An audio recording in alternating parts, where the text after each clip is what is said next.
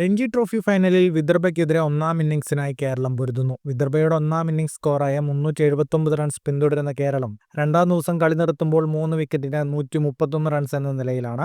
7 wicket ശേഷിക്കെ ആദ്യ ഇന്നിംഗ്സിൽ കേരളം ഇപ്പോഴും 248 റൺസ് പിന്നിലാണ്. സ്റ്റംപ് എടുക്കുമ്പോൾ 66 റൺസുമായി ആദിത്യ സർവാദയും 7 റൺസുമായി നായകൻ സച്ചിൻ ബേബിയുമാണ് ക്രീസിൽ. തകർച്ചയോടെയായിരുന്നു കേരളത്തിന്റെ ബാറ്റിംഗ് തുടങ്ങിയത്. ഓപ്പണർ രോഹൻ കുന്നുമേൽ 0-നും അക്ഷയ് ചന്ദ്രൻ 14 റൺസിന് പുറത്തായി. ഇരുവരെയും ദർശൻ നൽകണ്ടയാണ് പുറത്താക്കിയത്. നാലാമനായി ക്രീസിലെത്തിയ യുവതാരം അഹമ്മദ് ഇമ്രാനായിരുന്നു. സർവാദെ ഇമ്രാൻ കൂട്ടിക്കെട്ട് തകർച്ച ഒഴിവാക്കി കേരളത്തെ കാത്തു. 83 പന്തിൽ 37 റൺസെടുത്ത ഇമ്രാനെ യഷ് താക്കൂർ പുറത്താക്കി. 120 പന്തിൽ 10 ഫോറുകളോടെയാണ് സർവാദെ 66 റൺസുമായി ബാറ്റിംഗ് തുടരുന്നത്. സച്ചിൻ ബേബി 23 പന്തിൽ നിന്നാണ് 7 റൺസ് എടുത്തത്.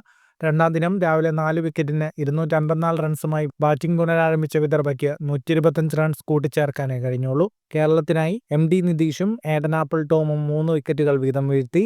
NP ബേസിൽ 2 വിക്കറ്റും ജിലക് സക്സേന 1 വിക്കറ്റും വീഴ്ത്തി. മത്സരം സമനിലയിൽ അവസാനിച്ചാൽ ഒന്നാം ഇന്നിംഗ്സ് ലീഡ് നേടുന്നവരാണ് ചാമ്പ്യന്മാരാവുക. ബാറ്റിംഗിനെ തുറക്കുന്ന വിക്കറ്റിൽ വിദർഭയെ ഒന്നാം ഇന്നിംഗ്സ് ലീഡിലൂടെ മറികടക്കുകയാണ് ഇനി കേരളത്തിന് മുന്നിലുള്ള വെല്ലുവിളി.